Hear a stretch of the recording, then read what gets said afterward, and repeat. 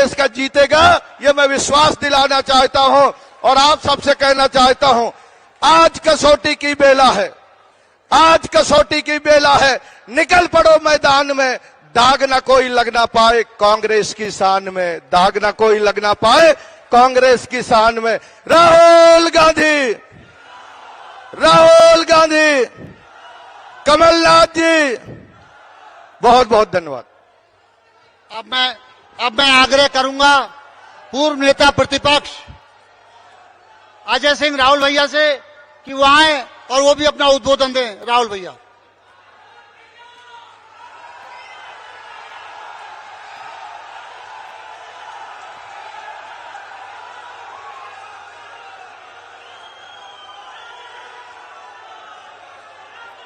थोड़ा शांति बढ़ती, थोड़ा शांत हो जाइए भाई। अपने बीच में पधारे कांग्रेस पार्टी के नहीं, हिंदुस्तान के आवाम के राष्ट्रीय नेता आदरणीय राहुल गांधी जी,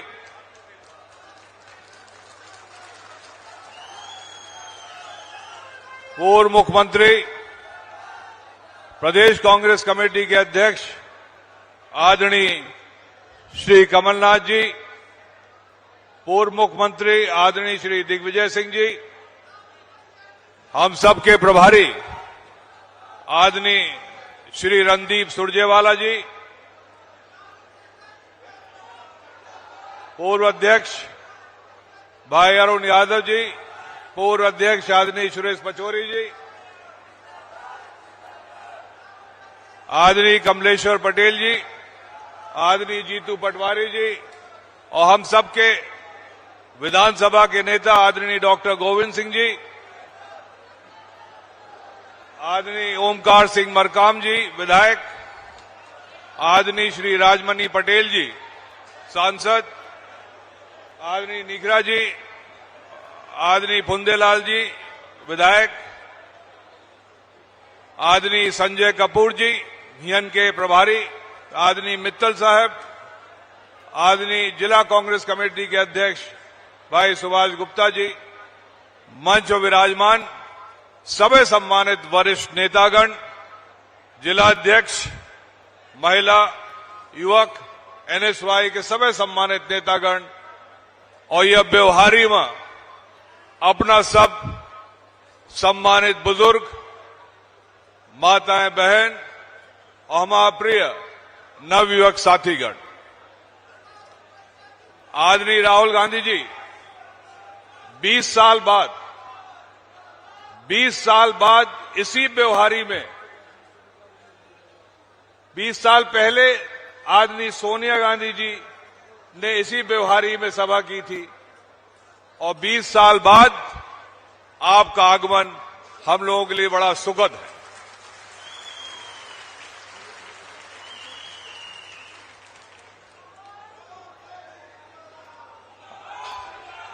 आदरणीय राहुल गांधी जी एकमात्र यह उम्र के नेता हैं, जौन दाऊ साहब हरदम लड़ाई लड़िन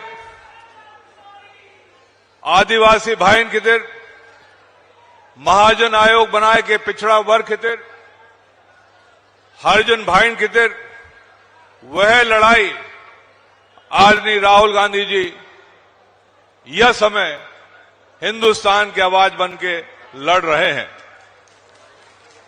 ये एकमात्र नेता ही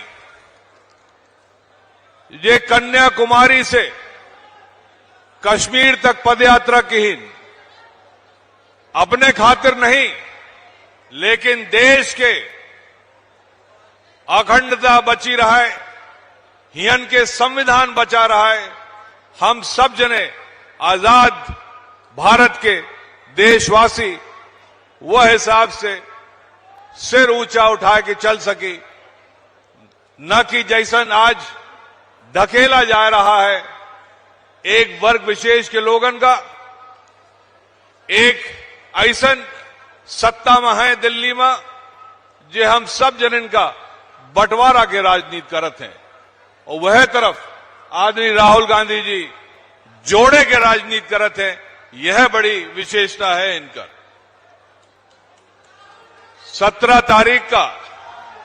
17 नवंबर का मध्य प्रदेश में चुनाव है, और यह चुनाव की घोषणा के बाद विंध्य के ब्योहारी में पूरे मध्य प्रदेश की पहल सभा यहां हो रही है। यदि पिछले दफे विंध्य कमजोर रहा तो यह मंच के माध्यम से आदरणीय राहुल गांधी जी का हम आश्वासन दे चाहते हैं, यह बार हम पंचे विंध्य में सही तरीके से इंतजाम करब कि न करब। पिछले दफे सिर्फ 6 सीट मिली रही, और यह दफे अपना सबके आशीर्वाद से, जो जनता के लहर है वो के आशीर्वाद से शिवराज मामा का इंतजाम होई कि ना होई? हाथ उठा के बतावत जय भाई। यह भावना है, और यह भावना के साथ आदरणीय कमलनाथ जी का आश्वासन दिवावे चाहते हैं। हियन से व्यवस्था सही रहा है, हियन से उम्मीदवारों के चयन में सही रहा है। जनता निश्चित कर चुकी है कि हम पंचे 30 में से कम 24 विधानसभा में कांग्रेस पार्टी की झंडा फहराए रहा। अब की किंतु परंतु नहीं आए, अब की हमार तुम्हार नहीं आए। हम सब जने एक होई के कांग्रेस पार्टी के झंडा उठाए और झंडा बनाए के रखा। यह हमारे पंचन के संदेश है। अब अंत में आदरणीय राहुल गांधी जी अपना हम पंचन के बीच में पधारन, लेकिन यह दुई संभाग के बीच के सभा है। अब दोनों संभाग की अलग अलग सभा हो तब और हम पंचन का ताकत मिली। धन्यवाद। जय हिंद। अब मैं वरिष्ठ विधायक आदिवासी नेता फुंदेलाल मार्को जी से गुजारिश करूंगा कि वो राहुल जी का स्वागत करें आदिवासी कैप पहनाकर। इसके बाद विधायक भूपेंद्र मरावी जी आदिवासी नेता स्वागत करें राहुल जी का। इसके बाद सुनील सर्राफ जी विधायक कोतमा स्वागत करें।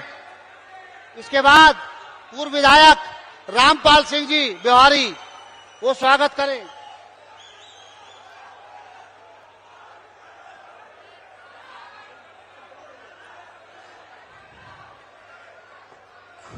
अब मैं आग्रह करूंगा ओमकार सिंह बरकाम जी से, वो भी राहुल जी का स्वागत करें। ओमकार सिंह बरकाम जी। अब मैं आग्रह करूंगा आदरणीय कमलनाथ जी से कि वो आए और आप सबको उद्बोधन दें। आदरणीय कमलनाथ जी।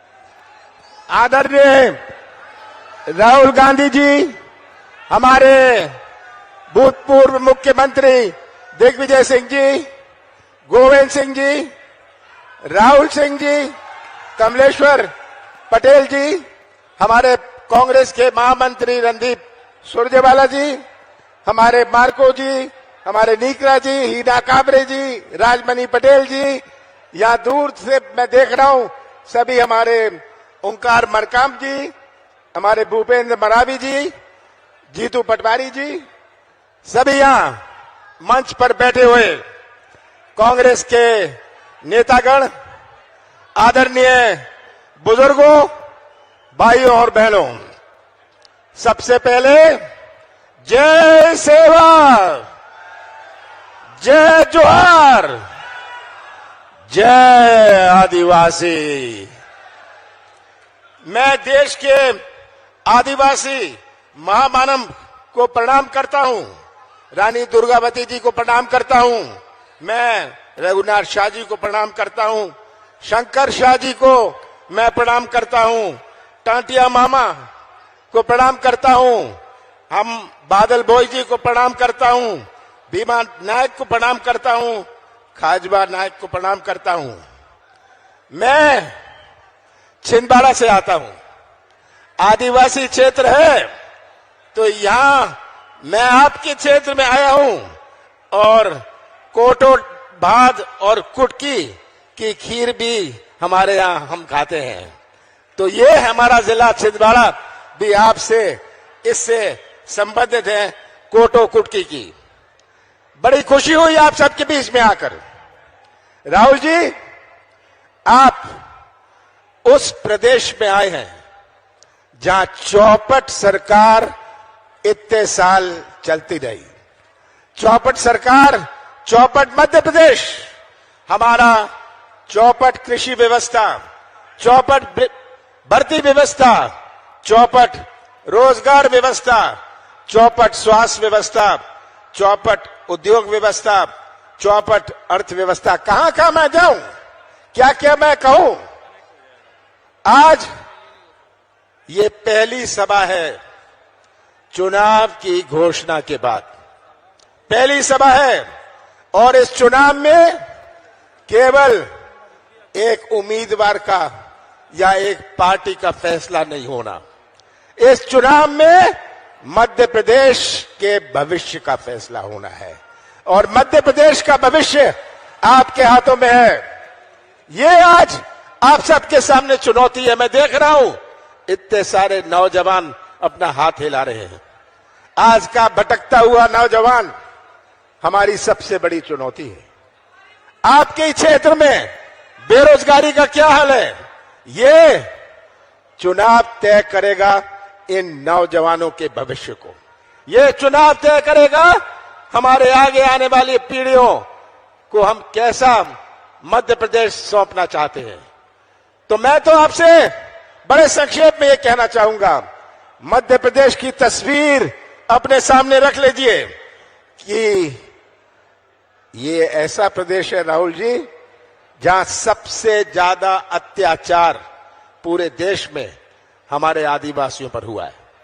ये ऐसा प्रदेश है जो बेरोजगारी में नंबर 1 है।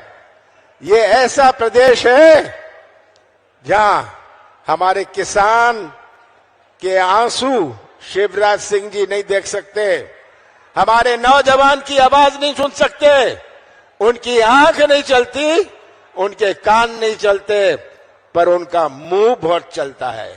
मुंह चलाने में और प्रदेश चलाने में बहुत अंतर है।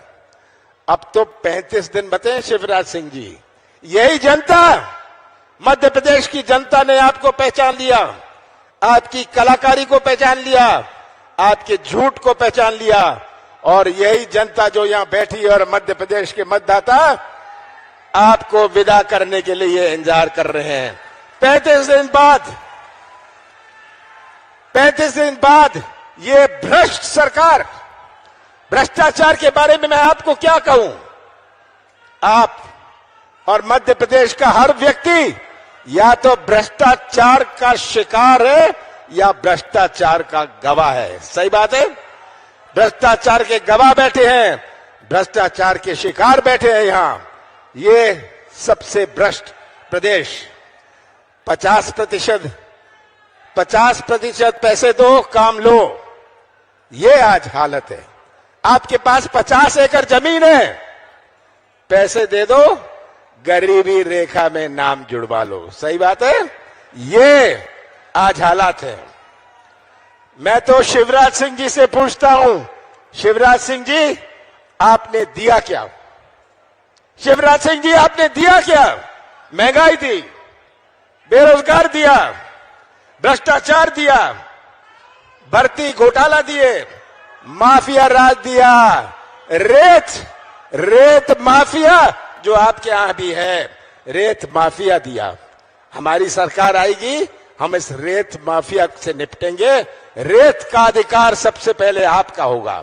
ये रेत माफिया जो शिवराज सिंह ने दिया है, शिवराज सिंह जी आपने बलात्कार दिया, आपने अपराध दिया, आदिवासियों पर अत्याचार दिया, पर शिवराज सिंह ने एक और चीज करी। क्या दिया? घर घर में शराब दी। ये शिवराज सिंह ने किया। ये शिवराज सिंह जी की उपलब्धि है। हमारी सरकार बनी थी, आपने बनाई थी, मध्य प्रदेश की जनता ने बनाई थी। 15 महीने हमारी सरकार चली। 11.5 महीने मुझे मिले काम करने के कि लोकसभा चुनाव था। हमने अपनी नीति और नियत का परिचय दिया। कौन सी गलती मैंने करी?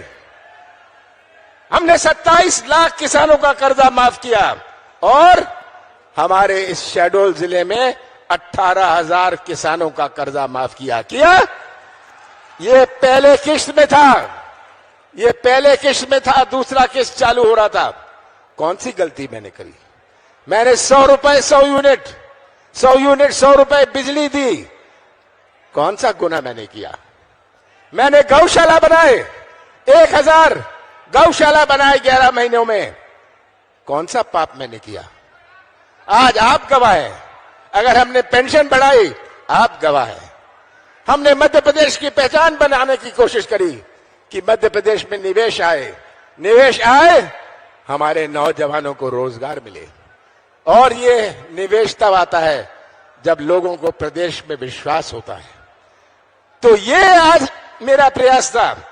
आज शिवराज सिंह जी से मैं यही कहना चाहता हूं, शिवराज जी, अब जनता ने आपको अच्छी तरह पहचान लिया है और 35 दिन में आपका जो दबाने का, छिपाने का,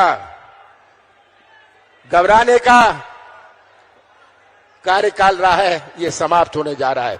ये जनता आपको केवल विदाई नहीं करेगी, बड़े प्यार से विदा करेगी और फिर से कांग्रेस की सरकार बनेगी। हम विकास का एक नया इतिहास बनाएंगे और आपसे मैं विनती करता हूं, मध्य प्रदेश की तस्वीर रख लीजिएगा सामने, सच्चाई का साथ दीजिएगा, सच्चाई का साथ दीजिएगा। ये आप सच्चाई का साथ देंगे तो शहडोल के 3 सीटों का झंडा हमारे मध्य प्रदेश की विधानसभा में लहराएगा। आप सबका बहुत बहुत धन्यवाद। हमारा बड़ा सौभाग्य है कि कमलनाथ जी के नेतृत्व में 2017 में मंदसौर में शंखनाद चुनाव का हुआ था। आदरणीय राहुल गांधी जी ने उस सभा को संबोधित किया था और आज भी ये शंखनाद हो रहा है कि यकीनन कांग्रेस को विजयश्री दिलाएगा और मध्य प्रदेश में कांग्रेस की सरकार बनेगी। अब मैं आमंत्रित कर रहा हूं हमारे नेता राहुल गांधी जी को, वो आए और संबोधन करें। Rahul Gandhi, Rahul Gandhi, Congress party, Congress party. धन्यवाद।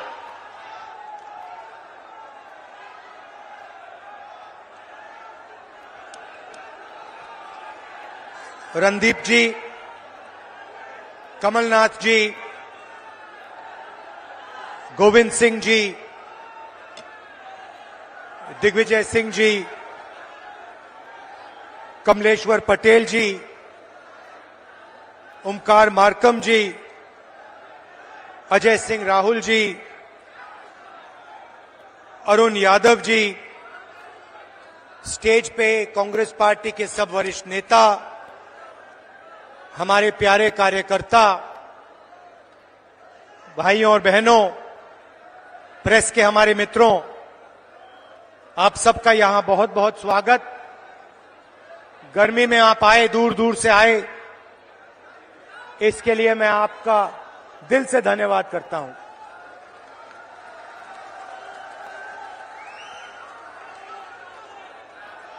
अडवाणी जी ने अपनी किताब में लिखा था, उन्होंने एक किताब लिखी थी और किताब में लिखा था कि जो आरएसएस और बीजेपी की सच्ची लेबोरेटरी मतलब सच्चा कारखाना गुजरात में नहीं है मगर मध्य प्रदेश में है, ये उनका कहना था। तो जब मैं इस भाषण की तैयारी कर रहा था तो मैंने सोचा, अडवाणी जी ने कहा था कि मध्य प्रदेश उनकी लेबोरेटरी है, उनका कारखाना है, तो चलो देखते हैं आरएसएस और बीजेपी की लेबोरेटरी में, कारखाने में ये क्या क्या काम कर रहे हैं। 2-3 उदाहरण आपको देना चाहता हूं। बीजेपी की लेबोरेटरी में मरे हुए लोगों का इलाज किया जाता है और उनका पैसा चोरी किया जाता है। हिंदुस्तान के किसी और प्रदेश में मरे हुए लोगों का इलाज नहीं होता है, मध्य प्रदेश में मरे हुए लोगों का इलाज होता है और पैसा चोरी किया जाता है।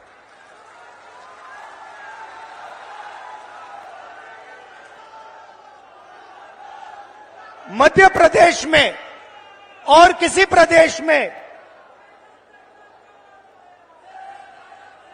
शिव जी, भगवान शिव से चोरी नहीं की जाती है। मध्य प्रदेश में महाकाल कॉरिडोर में शिव जी से चोरी की जाती है।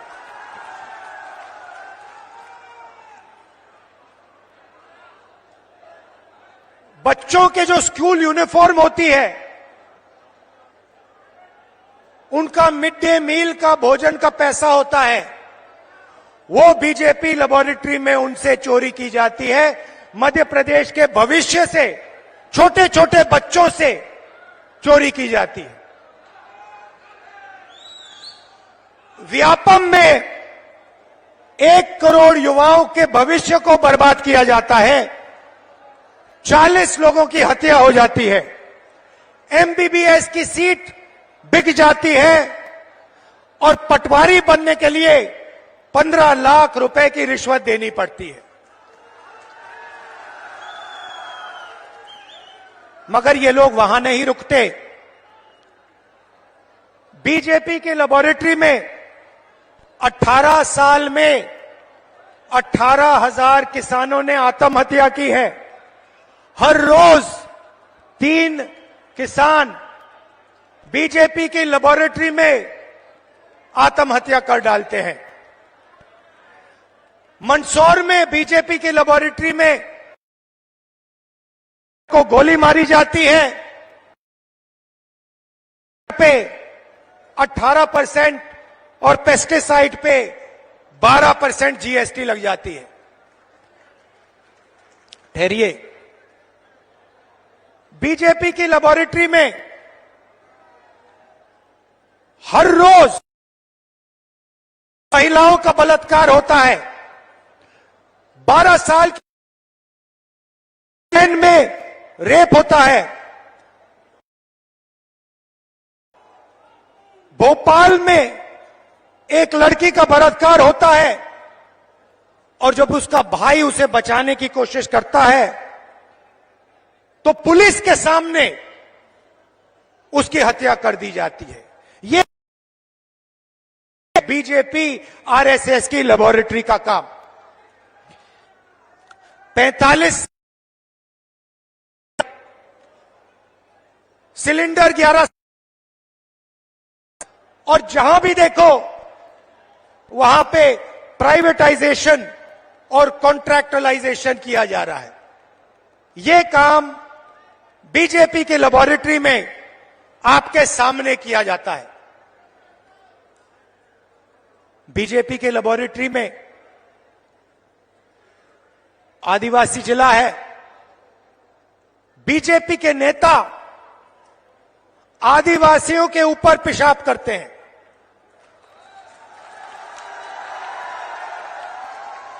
यह मतलब था अडवाणी जी का जब उन्होंने कहा मध्य प्रदेश में आरएसएस और बीजेपी की लेबोरेटरी बनेगी, को करके दिखाया है। आदिवासियों के बीच आया हूं तो आपके बारे में थोड़ा कहना चाहता हूं। देखिए, शब्द बहुत जरूरी होते हैं। जब कमलनाथ जी भाषण देते हैं, हमारे नेता भाषण देते हैं, सोनिया भाषण देते थे, मैं भाषण देता हूं, ऐसी शब्द का प्रयोग करते हैं। आपने हमारे मुंह से कभी वनवासी शब्द सुना है? आदिवासी शब्द बीच में फर्क क्या है? आदिवासी शब्द का मतलब हिंदुस्तान के वासी जो यहां पहले आए थे। आदिवासी शब्द का मतलब जब पहले हिंदुस्तान आया, पहले लोग जो यहां रहते थे, जो इस जमीन के मालिक थे, उनको हम आदिवासी कहते हैं। मतलब ये कोई खोखला शब्द नहीं है। इसका मतलब हिंदुस्तान की जमीन, जल, जंगल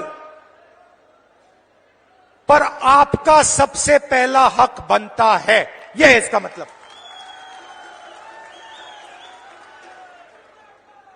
दूसरी तरफ वनवासी मतलब आपका जमीन पे हक नहीं बनता, आप तो जंगल में रहते हो। इसीलिए बीजेपी के लोग, बीजेपी के नेता आदिवासियों पर पेशाब करते हैं। और जब कोविड का समय आता है तो जो जानवर को भी खिलाया नहीं जा सकता, वो मध्य प्रदेश के आदिवासियों को खिलाने की कोशिश करते हैं। सड़ा हुआ अनाज आपको देते हैं। इनका कहना है कि आपको जंगल में रहना है। इनका कहना है कि आपके बच्चों को ना इंजीनियर बनना है, ना लॉयर बनना है, कि आपको बैंक लोन नहीं मिलना चाहिए, आपको आवास योजना में सही पैसा नहीं मिलना चाहिए, क्योंकि आप जंगल के हो, आपको जंगल में रहना चाहिए और आपको जंगल में मरना चाहिए। यह है आदिवासी और वनवासी शब्दों का फर्क।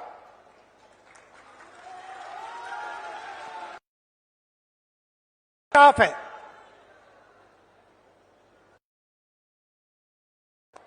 जमीन का हक मिलना चाहिए, जंगल का हक मिलना चाहिए। और हम कानून लाए, क्योंकि हम खोखले वायदे नहीं करते। हम पैसा कानून लाए, हम फॉरेस्ट राइट एक्ट कानून लाए। अब इन पैसा कानून में साफ लिखा था, जमीन लेनी है, चाहे वो हिंदुस्तान का सबसे बड़ा उद्योगपति हो, अदानी हो, कोई भी हो, अगर जमीन लेनी है तो पहले जाकर हाथ जोड़कर ग्राम सभा से जाकर पूछिए, नहीं तो जमीन नहीं ले सकते। ये कानून बनाया हमने।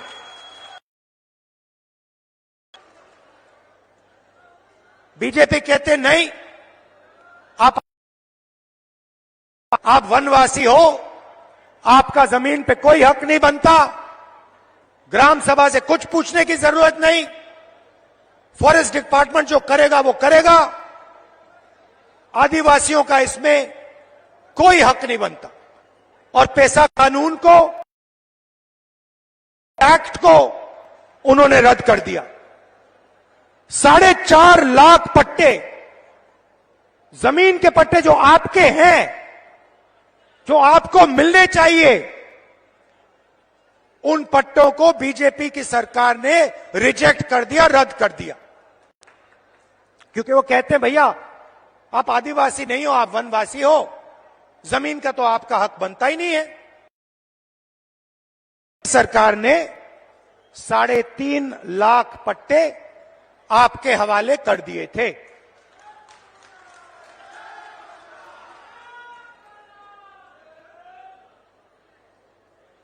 बीजेपी सरकार ने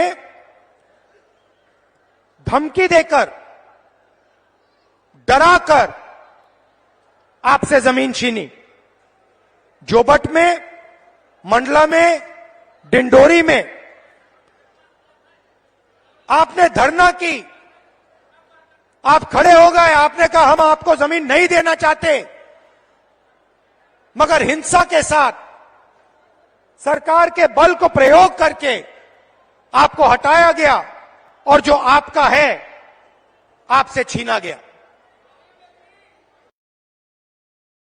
जल, जमीन और जंगल, मैं आपको यहां गारंटी देके कह रहा हूं, जो आपका है वो आपको हम वापस दे देंगे। जो आपकी जमीन का हक है हम आपको दे देंगे। अब मैं आपसे अब एक मजेदार बात बोलना चाहता हूं। इस बात को आप गहराई से सुनिए, क्योंकि ये आपके भविष्य के लिए बहुत जरूरी बात है। देखिए, हिंदुस्तान की सरकार को 90 अफसर चलाते हैं, कैबिनेट सेक्रेटरी चलाते हैं और secretary to the government of India चलाते हैं। हिंदुस्तान सरकार का कोई भी निर्णय हो, छोटे से छोटा निर्णय, बड़े से बड़ा निर्णय, मनरेगा कैसे बनेगा, आदिवासी बिल कैसे बनेगा, डिफेंस का पैसा कैसे खर्च किया जाएगा, ये सारे के सारे निर्णय अंत में ये 90 अफसर साइन करके निर्णय लेते हैं। भाई और बहनों, बीजेपी के एमएलए और एमपी नहीं लेते हैं। बजट का कैसे प्रयोग किया जाएगा, हिंदुस्तान में जो जीएसटी का पैसा लिया जा रहा है, गरीबों से छीना जा रहा है, वो पैसा कैसे इस्तेमाल होगा, ये 90 अफसर निर्णय लेते हैं। अब मैंने पार्लियामेंट में भाषण में कहा कि 90 अफसरों में से 3 अफसर ओबीसी वर्ग के हैं, और मैंने कहा कि भैया ये जो पूरा बजट है इसमें से सिर्फ 5% बजट ओबीसी अफसर डिसाइड करते हैं। अगर हिंदुस्तान की सरकार 100 रुपए खर्च करती है तो ओबीसी वर्ग के अफसर 5 रुपए का निर्णय लेते हैं।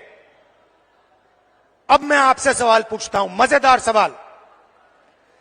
अगर हिंदुस्तान की सरकार 100 रुपए खर्च करती है और ओबीसी के अफसर 5 रुपए का निर्णय लेते हैं, तो आदिवासी अफसर आज कितने रुपए का निर्णय लेते हैं, यह बता दो मुझे।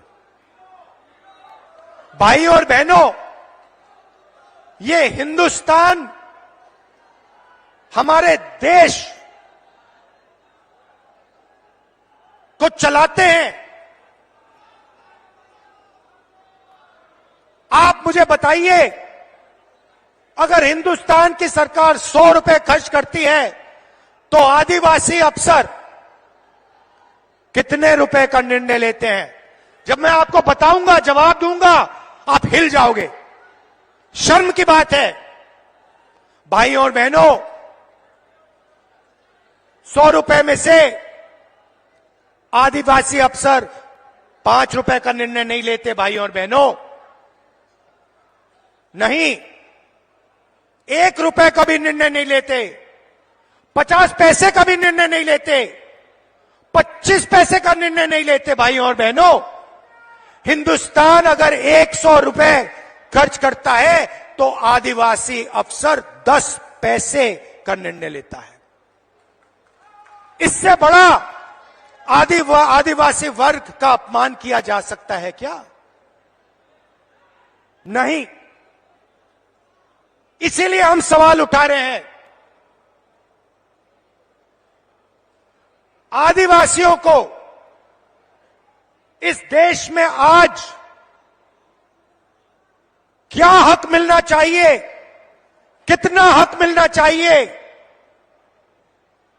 ओबीसी वर्ग को कितनी हिस्सेदारी मिलनी चाहिए, एससी वर्ग को कितनी हिस्सेदारी मिलनी चाहिए, यह सवाल है देश के सामने। इसीलिए हमने कास्ट सेंसस की बात की है। इसीलिए हम कास्ट सेंसस चाहते हैं, जाति जनगणना चाहते हैं और हम करवा के दिखाएंगे। भाइयों और बहनों, आप देखिए, पहले नरेंद्र मोदी भाषणों में वनवासी कहते थे, जहां भी जाते थे पहले कहते थे वनवासी। मैंने एक भाषण किया, मैंने कहा नरेंद्र मोदी जी, आप आदिवासियों का अपमान मत करो, आप ये वनवासी शब्द कभी फिर से प्रयोग मत करो। अब आप देखिए नरेंद्र मोदी जी का भाषण देखिए, अब वो वनवासी नहीं कहते, अब वो आदिवासी कहते हैं। मुंह से आदिवासी शब्द निकलता है, दिल में वनवासी शब्द है। भाइयों और बहनों, मुंह से आदिवासी, दिल और दिमाग में वनवासी। हमारी नीयत साफ है, दिल से आदिवासी, दिमाग से आदिवासी, मुंह से आदिवासी, कर्मों से आदिवासी। हम यहां आपको झूठ बोलने नहीं आए हैं। भाइयों और बहनों, हमारी गारंटी सुन लीजिए। मैंने आपसे कहा था, आपकी जो जमीन है उसका हक आपको मिलेगा। जाति जनगणना की मैंने बात कर रखी, पार्लियामेंट में रखी, हम करवाएंगे, चाहे बीजेपी करवाए ना कराए, हम उन पे ऐसा दबाव डालेंगे, उनको करना ही पड़ेगा। अगर नहीं करेंगे, परे हो जाओ, हम करेंगे। भाई और बहनों, छत्तीसगढ़ की सरकार ने काम शुरू कर दिया, कर्नाटक की सरकार ने काम शुरू कर दिया, राजस्थान की सरकार ने काम शुरू कर दिया। कहां तक भागेगी बीजेपी, कहां तक दौड़ेंगे? मध्य प्रदेश में हमारी सरकार आएगी, पहला काम हमारी सरकार का सेंसस कर देगी।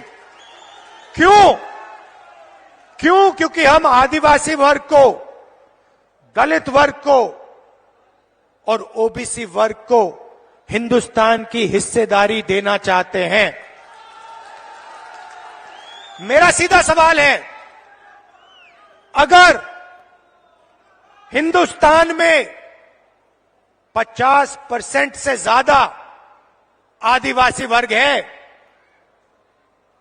तो दिल्ली में 90 अफसरों से सिर्फ 3 ओबीसी वर्ग के क्यों हैं? अगर आदिवासी वर्ग 10-15% है, तो 100 रुपए में से सिर्फ 10 पैसे का निर्णय आदिवासी वर्ग क्यों ले रहा है? यह शर्म की बात है। इसको हम बदलने जा रहे हैं और पहला कदम का सेंसस जाति जनगणना है। पहला कदम। मैंने कमलनाथ जी से कहा, कुछ दिन पहले मैंने कमलनाथ जी से कहा, कमलनाथ जी आपकी एज क्या है, आयु क्या है आपकी? हाँ, 72 साल की एज है। आप देखिए, कांग्रेस के नेता हैं, कभी जीप पे चढ़ जाएंगे, कभी भारत जोड़ो यात्रा पे निकल जाएंगे। कुछ दिन पहले भीड़ के बीच में घुस गए, थोड़ी सी चोट लग गई, घुटने में चोट लग गई। मैंने पहला सवाल इनसे पूछा, कमलनाथ जी आपने एक्सरे करवाया? एमआरआई आपने करवाया? कहते हैं हां मैंने करवाया। क्या हुआ? नहीं, हड्डी नहीं टूटी थी, लिगामेंट में थोड़ी चोट लगी। वही बात मैं कह रहा हूं कास्ट सेंसस, जाति जनगणना एक्सरे है।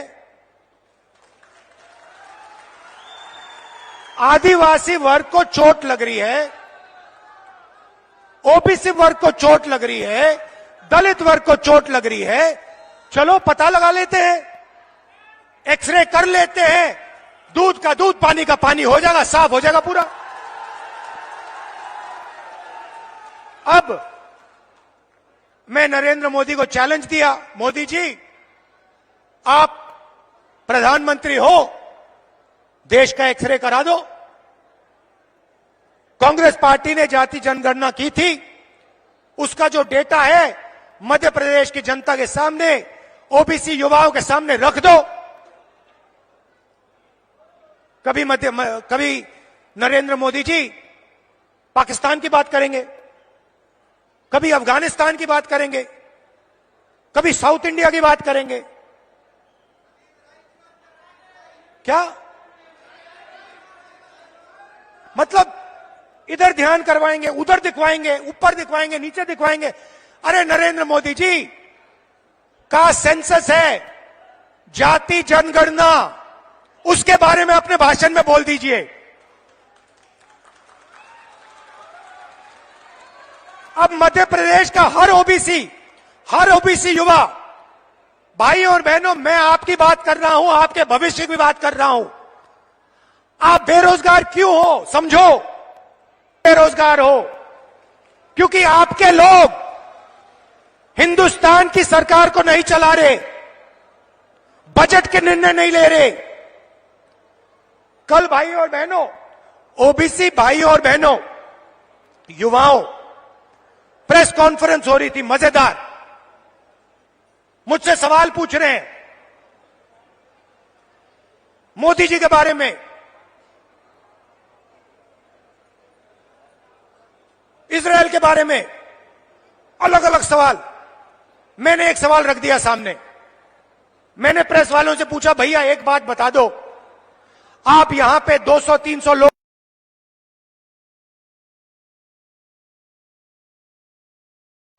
ना एक दलित था, ना एक आदिवासी था।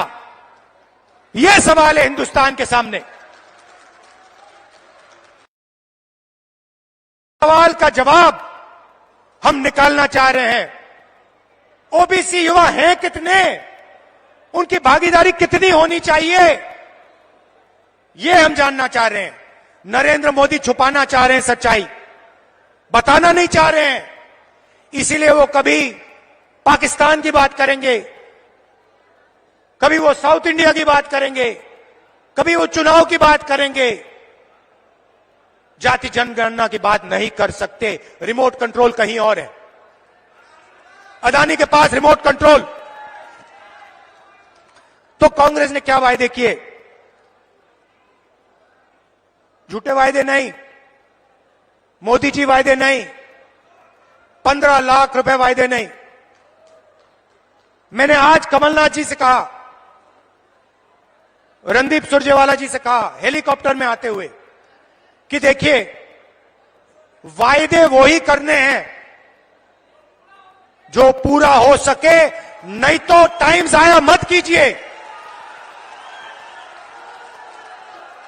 हम सच्चाई बोलना चाहते हैं, हम मध्य प्रदेश की जनता से मोहब्बत करते हैं, हम झूठ नहीं बोलेंगे।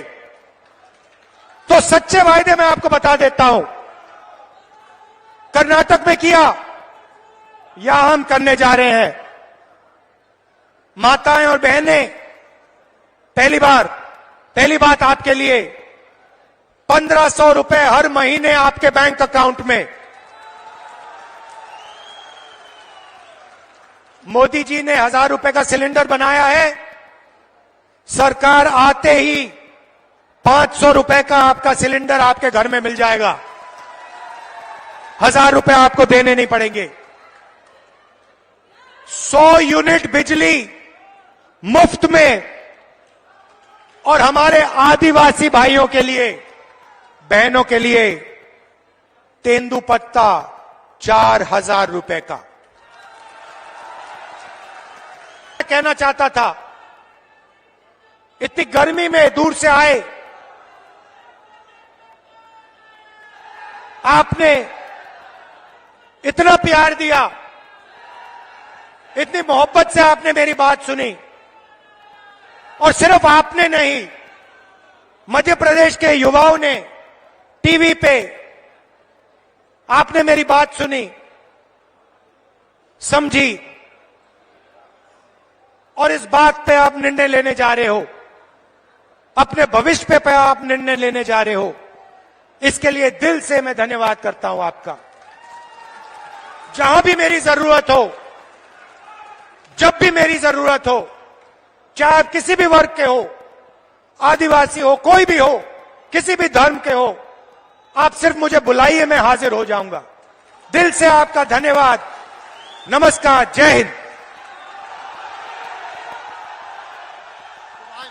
सुभाष गुप्ता जी, जिला कांग्रेस के अध्यक्ष, आभार व्यक्त करेंगे। जिला कांग्रेस कमेटी के अध्यक्ष सुभाष गुप्ता जी आभार व्यक्त करेंगे।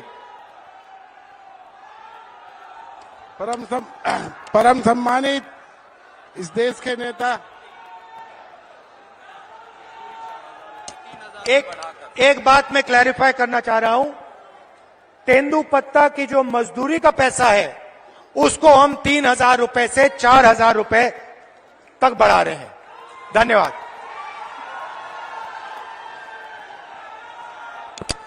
माननीय राहुल जी का, कमलनाथ साहब जी का, सभी लोगों का, मंच हसीन और जनता का बहुत बहुत आभार, बहुत बहुत आभार।